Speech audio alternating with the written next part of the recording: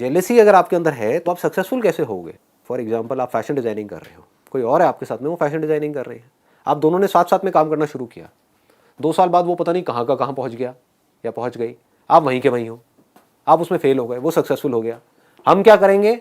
हम उसको देख करके बोलेंगे कि उसके पास में तो ना ये था, उसके पास में तो वो था, वो इस वजह से कर गया, और हम अपने फेलियर को जस्टिफाई करेंगे।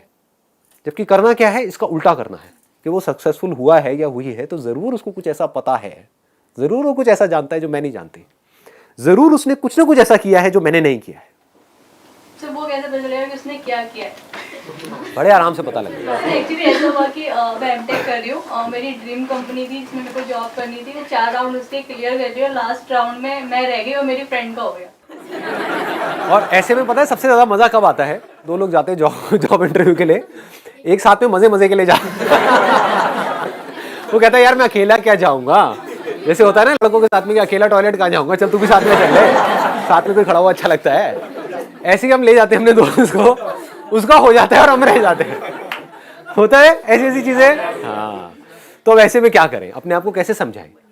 इसका एक अलग एंगल भी है ना देखने का, कि हमको ये समझना है कि उसने ऐसा क्या किया जो मैंने नहीं किया। हो सकता है कि उसको उस जॉब की इतनी ज़रूरत नहीं थी, या उसके ऊपर, ये भी कहना गलत होगा, ज़रूरत नहीं थी, हो सकता है उसके ऊपर इंटरव्यू का इतना ज़्यादा लोड नहीं था, वो मज़े मज़े में गए और मज़े मज़े में बाहर आ गए।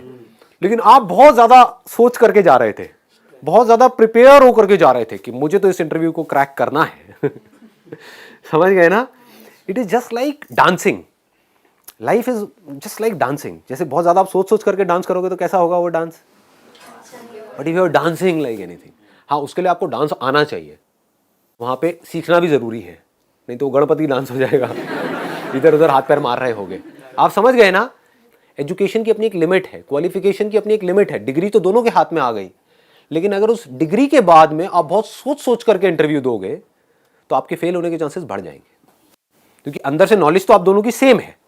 अब सिर्फ फर्क ये है कि कौन ज्यादा कंफर्टेबल है, कौन वहां पर ज्यादा कॉन्फिडेंट है। 4 राउंड क्लियर करने के बाद ऐसा हुआ इसलिए। I understand your feelings. बहुत बार हम उसको किस्मत से जोड़ के भी देखते हैं। हम किस्मत से जोड़ देते हैं, वही मैं आपको बताना चाह रहा हूं।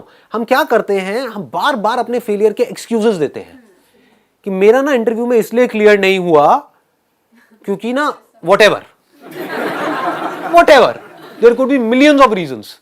लेकिन जब भी आप ऐसा कुछ कर रहे हो, इस बात को समझ लेना, आप अपने आप को नीचे गिरा रहे हो, ऊपर नहीं उठ रहे हो। इमीडिएटली एक्सेप्ट करो कि मैं फेल हो रही हूं, इस वजह से हो रही हूं। फॉर एग्जांपल, जब मैंने फोटोग्राफी शुरू करी तो लोग आकर के मेरा मजाक उड़ाते थे कि कौन है बेवकूफ सा फोटोग्राफर, और मेरे शूट को उठा करके लोग ऐसे फेंक देते थे। जब एजेंसीज में लेकर के आते थे ना, ऐसे ये किस बेवकूफ फोटोग्राफर से घर आके लाए हो। और फिर वो बंदे मेरे पास आते थे जो मॉडल्स थे, वो बोलते थे कि ये क्या किया है आपने, हाँ ये क्यों मजाक किया आपने हमारे साथ में, समझ रहे हो? तो मेरे पास में 2 ऑप्शंस थे। एक तो ये कि मैं वहां पर बैठ करके अपने आप को जस्टिफाई करूं कि नहीं नहीं नहीं नहीं, वो जिन्होंने फेंका है ना उनको पता नहीं है, वो बेवकूफ है। ऐसे ही हम करते हैं कि वो बंदे इंडस्ट्री में 20 साल से बैठे हैं, मैं 2 साल से हूं, लेकिन वो बेवकूफ है, मैं समझदार हूं, उसको कुछ नहीं पता, मुझे सब कुछ पता है। एक ये तरीका था, लेकिन मैंने कभी भी ऐसा नहीं किया। मैंने बैठ करके उनसे समझा, मैंने कहा ऐसा क्यों बोल रहे हो, क्या बोला, और भी उन्होंने कुछ बताया होगा। तो फिर वो बताते थे कि ये ना लाइटिंग सही नहीं है, ये ना कपड़े ठीक नहीं है, स्टाइलिंग ठीक नहीं है। और आज जेन्युइनली मैं देखता हूं तो मुझे हंसी आती है अपनी फोटोग्राफी में, इतनी घटिया थी इतनी बेकार थी। लेकिन हुआ क्या, क्योंकि मेरा लर्निंग एटीट्यूड था, तो मैं सीख करके उसको बेटर करता चला गया। तो कुछ महीनों के अंदर अंदर मैं उस लेवल पे पहुंच गया जहां पर लोगों को पहुंचने में 20 साल लगते हैं। तो अब ध्यान से समझो क्या होता है कि जैसे ही आप किसी की भी बुराई कर रहे हो, या किसी से जेलसी कर रहे हो, या किसी को नीचे गिरा रहे हो अपने आप को बेटर फील करने के लिए, तो आप और नीचे गिर रहे हो। जैसे ही आप किसी और की तारीफ कर रहे हो, तारीफ मतलब क्या, अच्छी क्वालिटीज की ही करोगे ना, बुराई आप खराब क्वालिटीज की करोगे। जैसे ही आप किसी की तारीफ कर रहे हो दिल से, सिर्फ बार बार से दिखाने के लिए नहीं, हम तारीफ भी करते तो हमारा कोई ना कोई मतलब होता है, इस बंदे से मुझे कुछ चाहिए, इसकी तारीफ करो मुंह पर बैठ करके, समझ गए? वो वाली तारीफ नहीं, उसको बोलने के लिए भी नहीं, उसके मुंह पर भी नहीं, अपने मन में बैठ करके कि यार ये जो बंदा है ना, ये लाइफ में इतना आगे इसलिए जा रहा है क्योंकि उसके अंदर ये 4 क्वालिटीज हैं। तो अब क्या हो रहा है, आपकी जो नजर है वो कहां चली गई? पॉजिटिव क्वालिटीज में। जहां आपकी थिंकिंग जाती है, जहां पर आपकी नजर जाती है, वैसे ही आप बनने लग जाते हो। समझ लो। जैसे लोगों के साथ आप रहते हो वैसे ही आप बनने लग जाते हो। Law of attraction. ऐसे ही उसको अभी छोड़ देते हैं। मैं बात कर रहा हूँ सर, जैसे आपकी थिंकिंग होती है सर, आप वैसे ही बनते हैं। जैसे आपके सपने होते हैं, आप जिस तरह से सोचोगे आपके लाइफ में फिर सक्सेस भी वैसे ही आती है। अगर आप नेगेटिव सोचोगे, देखो ये एक बहुत बड़ी प्रॉब्लम है, इसको ध्यान से समझो अभी मैं क्या बोलने वाला हूँ। जब भी मैं कुछ बोलता हूँ या जब भी आप कुछ सुनते हो, आप अगर ध्यान से ऑब्जर्व करोगे, आप कुछ ना कुछ उसमें बीच में घुसाने की कोशिश कर रहे होते हो। जो मैं कह रहा हूँ उसको नहीं देख रहे, कहीं और ही पहुंच गए। मैं क्या कर रहा हूँ इस वक्त, एक सिचुएशन है उसको मैं एज इट इज देख रहा हूँ। ये सिचुएशन है, मैं इसको देख रहा हूँ। इसमें बीच में हमको कुछ और लाने की क्या जरूरत है कि ये मैं जिसकी बात कर रहा हूँ इसको मैं कह रहा हूँ रिमोट। तो अब आप क्या कह रहे हो, ये जो रिमोट वर्ड यूज किया है ना, यही रिमोट वर्ड एक उस बुक में भी लिखा हुआ था। तो संदीप महेश्वरी वही बात कर रहा है जो उस बुक में लिखा हुआ है। आप समझ गए, आप वहां चले गए। जबकि मैं इसको रिमोट बोलूं, पिमोट बोलूं, टिमोट बोलूं, कुछ भी बोलूं उससे कोई फर्क नहीं पड़ता। कोई भी वर्ड इसके लिए यूज करूं फर्क नहीं पड़ता। फर्क क्या पड़ता है, मैं बोल क्या रहा हूं वो तो समझो, उस पर ध्यान रखो। Don't get lost into words. वो एक बहुत बड़ा ट्रैप है। आप वर्ड्स में खो जाओगे, आपको लगने लग जाएगा मेरे को कुछ समझ आ गया है, और एक्चुअल में कुछ भी समझ नहीं आएगा। अगर आप मेरे सेशंस देख रहे हो और आपकी लाइफ में चेंज नहीं आ रहा, तो यही प्रॉब्लम है आपकी जो मैं बता रहा हूं। अगर आ रहा है तो इसका मतलब ये प्रॉब्लम नहीं है कि आप मेरे वर्ड्स को तो पकड़ रहे हो, जो वर्ड जिस तरफ इशारा कर रहे हैं वो नहीं देख रहे हो।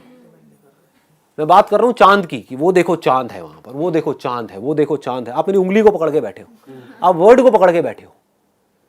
कि संदीप महेश्वरी जिस तरीके से उंगली कर रहा है ना, उसमें एक अलग ही स्टाइल है। जो बंदा उंगली करता है कहता है चांद है, वाह यार क्या स्टाइल है।